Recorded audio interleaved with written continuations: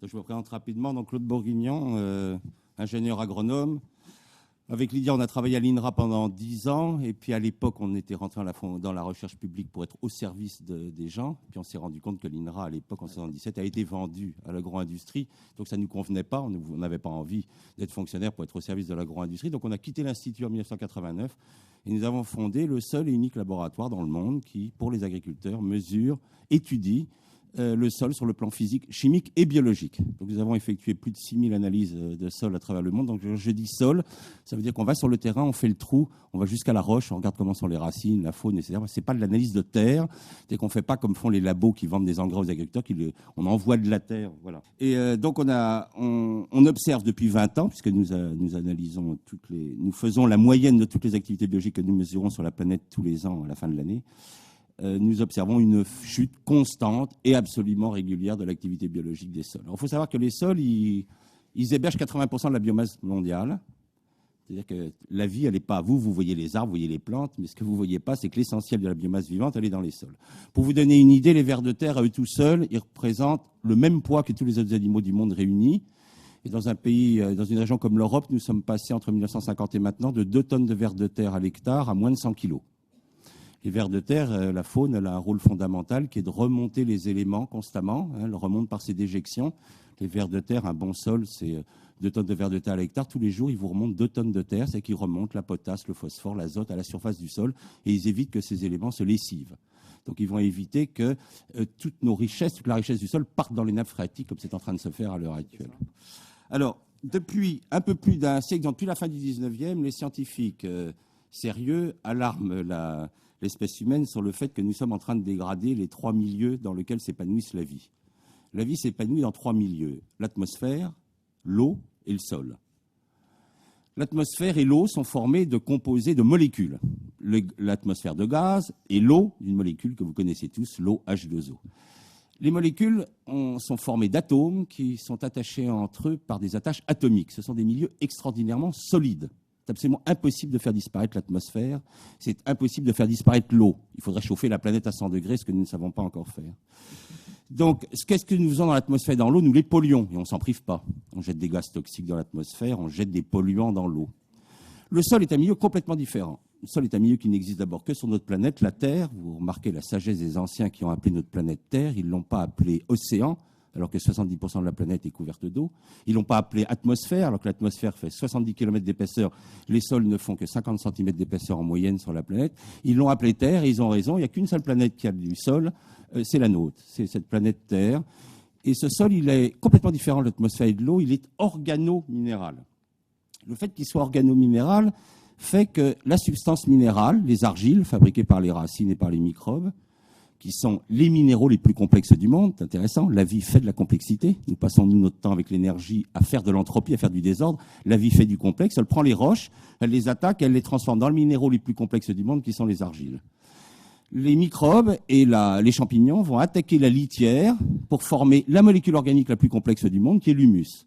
Et le sol, il est formé de l'attache du minéral le plus complexe fabriqué par la vie, les argiles, qu'on ne trouve que sur la Terre. Il n'y a pas d'argile sur la Lune, il n'y a pas d'argile sur Mars. Et de l'attache avec les humus, qui sont les matières organiques les plus complexes du monde. Et il se trouve que les argiles et les humus sont négatifs. Et lors de la décomposition des roches-mères et lors de la décomposition de la litière, il se libère des atomes qui ont 2 charges positives, le calcium, Ca++, le fer, l'aluminium et le magnésium, qui vont attacher ensemble les argiles négatifs et les humus négatifs pour former ce qu'on appelle le complexe argilo-humique. Or, ces attaches sont des attaches électriques, et les attaches électriques, en chimie, sont des attaches fragiles. Il est donc extrêmement facile de détruire les sols et de les faire disparaître. Alors, quel était le travail de l'humanité quand l'humanité a décidé de cultiver les sols? Eh bien, nous avons dégradé en 6000 ans 2 milliards d'hectares de terres agricoles. C'est que lorsque nous avons commencé l'agriculture, les déserts couvraient 11% de la planète, ils en recouvrent maintenant 32%. Sur ces 2 milliards d'hectares de déserts que nous avons créés, il y en a 1 milliard qui a été créé juste au XXe siècle. C'est-à-dire qu'en un siècle, nous avons détruit autant de terres que 6000 ans d'agriculture qui nous ont précédés. Alors, quelle est la situation actuelle pour l'humanité? Nous cultivons 1,5 milliard d'hectares de sol. Nous sommes 6,8 milliards d'habitants, c'est-à-dire nous avons 6,9 milliards. Donc, vous voyez, mon chiffre est déjà un peu vieux, donc nous sommes à moins de 2200 mètres carrés par habitant. Nous détruisons en ce moment la planète à la vitesse, les sols agricoles à la vitesse de 10 millions d'hectares par an, et nous bétonnons 5 millions d'hectares chaque année. Pour vous donner une idée, un pays comme la France bétonne un département français tous les 7 ans.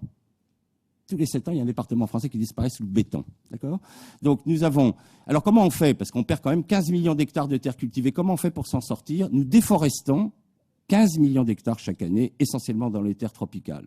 C'est les forêts les plus importantes de la planète, celles qui évitent la différence trop grande de température entre l'équateur et les pôles. C'est pour ça que nous avons des ouragans. C'est que je travaille par exemple en ce moment sur le front pionnier amazonien. Je travaille sur la région de Lucas de Verde.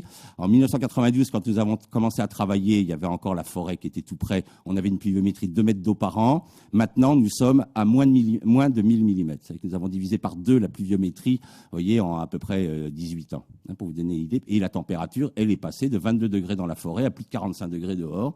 Et nous sommes en train de créer des ouragans parce que la planète se réchauffe au niveau de l'équateur et les pôles continuent à être frais. Enfin, ils se réchauffent aussi, mais pas à la vitesse où se réchauffe l'équateur. Donc, nous avons donc à l'heure actuelle une surface agricole qui est stable. Nous détruisons 15 millions d'hectares, nous déforestons 15 millions d'hectares pour récupérer ce que nous avons perdu, et la population, elle augmente de 70 millions d'habitants par an. Donc la situation devient intéressante. Qu'est-ce qui se passe à l'heure actuelle ? Nous perdons, parce qu'il y a un phénomène auquel personne ne fait attention, c'est que depuis 1984, la production agricole mondiale, céréales, stagne. Nous sommes aux alentours de 2 milliards de tonnes de céréales produites sur la planète depuis 1984. C'est-à-dire que quand on a créé la Révolution verte, c'est-à-dire lorsque les États ont abandonné leur rôle qui était de nourrir leur population et ont décidé de confier le développement de l'agriculture à l'agro-industrie, qui a été c'est pour ça que nous avons l'an dernier dépassé 1 milliard d'hommes en état de famine, c'est que les États ont abandonné leur rôle qui était de nourrir leur population. Nous avons dit, maintenant, on file ça à l'agro-industrie, on va filer ça à Monsanto, à Syngenta et compagnie. Qu'est-ce qu'ils ont fait, eux ? Ils n'ont pas cherché à nourrir l'humanité, ils ont cherché à faire du bénéfice, ce qui n'a strictement rien à voir. Donc, qu'est-ce qu'on a fait ? On a créé ce qu'on appelait la Révolution verte. Les hommes auraient dû se méfier, les révolutions sont toujours sanglantes. Donc une révolution ne peut pas être verte, elle est obligatoirement sanglante. Qu'est-ce qui s'est passé en faisant la révolution ? Nous avons décidé de simplifier outrageusement le modèle agricole, c'est-à-dire que nous sortons d'une civilisation hautement raffinée, qui était l'équilibre agro-silvo-pastoral. Les paysans, ignorants, pour les scientifiques, donc abrutis, avaient créé quelque chose d'extraordinairement astucieux. Ils avaient compris que pour que le système agricole nourrisse les hommes, il fallait qu'il y ait à la fois la forêt. La forêt servait à faire des haies qui empêchaient le bétail de divaguer, fournissait du bois, fournissait aussi de la fertilisation pour les sols, ce qu'on appelle le bois raméal fragmenté.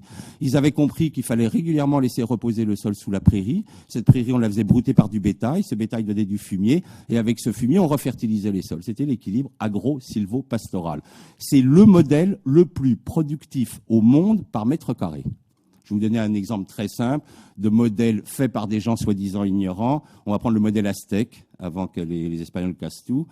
C'est un modèle très astucieux. Vous plantez en même temps, dans le même trou, une graine de maïs, une graine de haricot. Le haricot s'enroule autour du maïs. Le haricot s'associe avec une bactérie, le rhizobium, qui fixe l'azote. Donc, il donne de l'azote au maïs. Le maïs grandit. Et entre les rangs de haricots et de maïs, vous mettez de la courge. Et vous récoltez sur le même champ de la courge, du haricot et du maïs.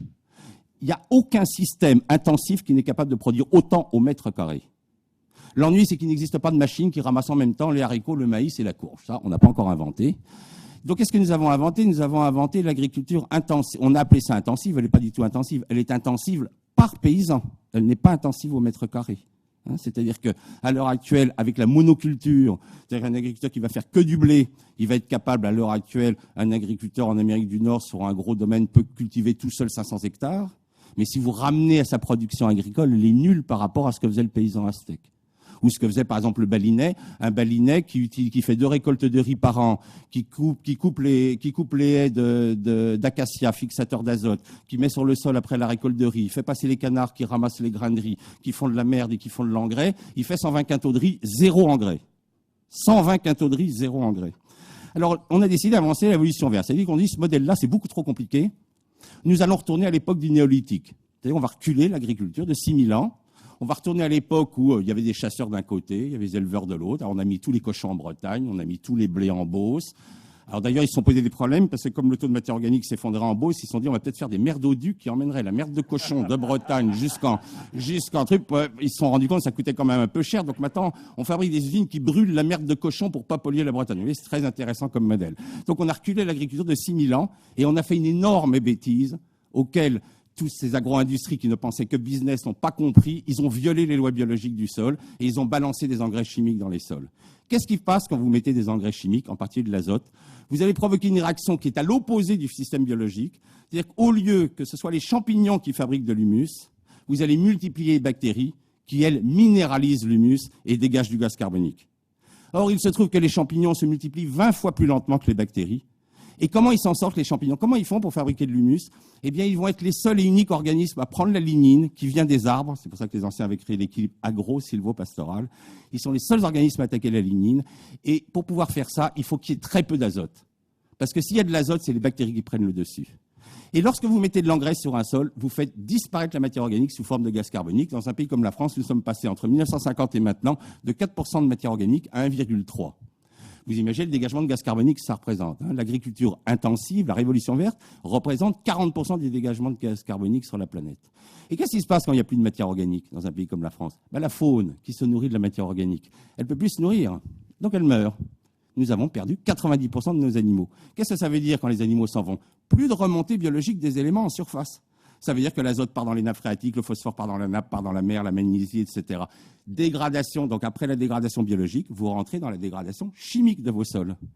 Qu'est-ce qui se passe quand vous allez trop loin dans la dégradation chimique? Je vous ai expliqué que c'était le calcium, le fer et l'aluminium qui attachaient l'argile et l'humus. Eh bien, le calcium s'en va, l'argile n'est plus attachée aux humus, et c'est le spectacle que vous avez maintenant tous les jours sur toute la planète. Dès qu'il pleut, c'est dommage, je voulais vous montrer une photo, mais bon, pas réussi à l'extraire de mon petit campagnol. Eh bien, qu'est-ce qui se passe? Toutes les rivières sont pleines de boue. Et c'est devenu un spectacle tellement ordinaire de voir les rivières pleines de boue dès qu'il pleut, que pour tous les gens de la planète, c'est un phénomène tout à fait naturel. Or, lorsque vous avez la chance, comme j'ai pu le faire, de survoler des zones encore vierges, ça devient rarissime sur cette planète, eh bien, vous observez que partout où la planète est intacte, les rivières sont totalement transparentes. Dès que l'homme intervient avec l'agriculture, les rivières sont pleines de boue. Donc, nous perdons nos sols. Nous perdons nos sols simplement parce que nous n'avons pas respecté ces lois biologiques. Donc, qu'est-ce qui va se passer maintenant dans le futur? Il y a deux solutions. Ou on considère qu'1 milliard d'hommes qui ne mangent pas à leur faim et 3 milliards d'hommes qui sont carencés en un ou plusieurs éléments, c'est une chose naturelle avec laquelle on veut se faire. Alors nous avons une technique très simple, ça s'appelle les statistiques. Vous savez, Alfred Sauvy disait « Les statistiques sont des êtres fragiles et délicats qui, soumis à certaines tortures, sont prêts à avouer absolument tout ce que vous voulez. » Alors vous avez une façon très très simple de dire les choses. Il y a 1 milliard d'hommes qui crèvent de faim, 3 milliards qui sont carencés, c'est pas joli à présenter. Donc vous dites une chose très simple, vous dites le pourcentage d'hommes qui meurent de faim est plus faible qu'il n'était au début du XXe. Et hop, vous êtes sauvés, vous êtes tranquille. Le pourcentage est plus faible. Bon, il y a beaucoup plus d'hommes. En 1800, il y avait 200 millions d'hommes qui étaient affamés. Nous sommes 1 milliard. Mais pour quand même dire qu'on est toujours dans le progrès, on vous raconte que le pourcentage, vous voyez, comme il y avait 200 millions quand on était 1 milliard, ça faisait 20%. Maintenant, on n'a plus que 15% de gens qui crèvent de faim. Donc, c'est un gros progrès. Vous voyez, c'est comme ça qu'on s'en sort, ce qu'on appelle les statistiques. C'est très important pour les hommes politiques, on en a toujours besoin. Donc, ce qui est quand même intéressant, c'est que l'humanité, il y a deux solutions. Ou on continue à donner cette agriculture aux grands groupes agro-industriels et attendez-vous à ce que la famine continue à augmenter, ou les États décident de reprendre, enfin, et il serait temps, leur devoir numéro un, je tiens à rappeler quand même, parce qu'en tendance à oublier, je tiens à rappeler M. Quesnay, physiocrate, au XVIIIe siècle, avait fait une observation remarquable. Il avait dit « Il n'y a qu'une seule industrie humaine qui donne plus, qui rend plus que ce que nous lui donnons, c'est l'agriculture. Lorsque je mets un grain de blé dans le sol, j'en récupère 100. Lorsque je fais de la filature, je pèse mon coton avant la filature et je pèse le tissu après la filature, je n'ai pas d'augmentation de production. J'ai en fait, ça vient d'être expliqué juste à côté, nous avons perdu de l'énergie. Il n'y a qu'une seule industrie qui autrefois, c'est plus le cas maintenant depuis la Révolution verte, qui donnait plus que ce qu'elle recevait.